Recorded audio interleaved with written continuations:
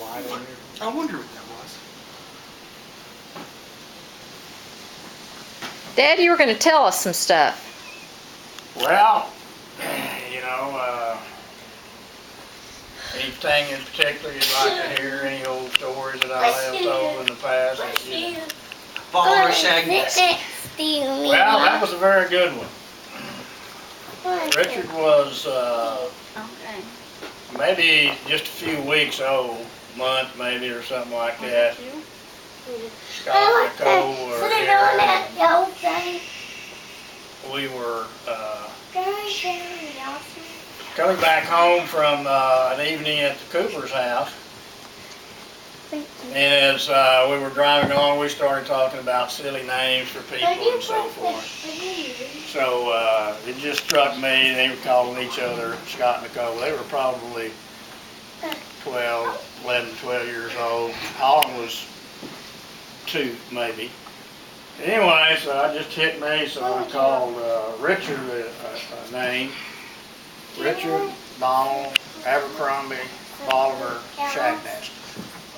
And the whole car just broke apart. They thought that was the funniest thing they'd ever heard. So wait a second, so you made it up there at that point? Made it up right at that point. Now, was Boliver great. Shagnasty is an old television cartoon character name that a famous old cartoon named Red Skelton invented.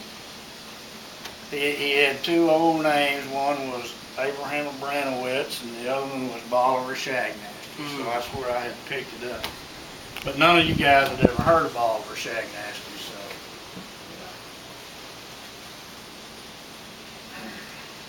so. I'll tell you one on my sweet old mother one time that I thought was interesting. Maybe if you, Bobby and I and Paul and a friend of ours named Leon Rudolph were out in the backyard over our old home on an old cliff. And we lived beside a railroad track. And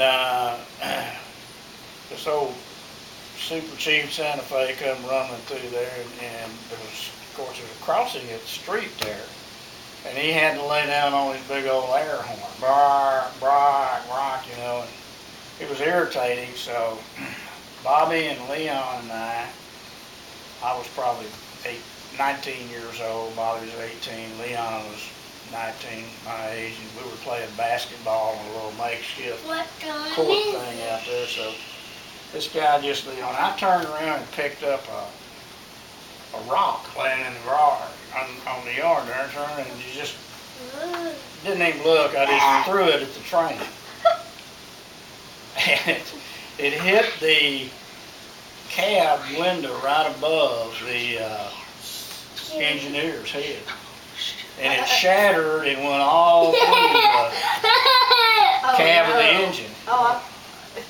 And he yanked down on that brake and stopped that train right there, you know, and there was about 5 or 6 big old guys got off that train. Here they came. And he walked over to me and he says, "What's your name?" And I said, Sam Franks. And he turned around to Bobby and he said, "And what's your name?" Bobby said, "Joe Franks." And old Leon, he was not quite quick on the uptake sometimes. He turned around to Leon and he said, "Now what's your name?" Brown, Joe Brown. And the guy just immediately felt sorry for this buffoon standing there, you know. Paul was just running around. He was just a kid running around the yard with his tricycle, you know. And you guys live here? Oh, no, you know. And we just stopped by on the way home from school. We were playing basketball with this young guy here. Paul standing there looking at us. You know. And Mother comes out the back door about that time and said, "What's going on here?" This guy said, "Well, this guy here threw a rock or something at the train, nearly hit an engineer." And Leon said, Joe Brown, you know. And she caught on so quick. She says, now, I told you boys to quit coming out here and playing basketball in my boy's yard. Now, y'all get on out of here and leave. I just turned around and started walking off out of the yard. The guy got back on the train and left, you know. That's the dumbest thing I probably ever did in my whole life. Is I could have hurt that guy real bad. I didn't, you know. But What a grain.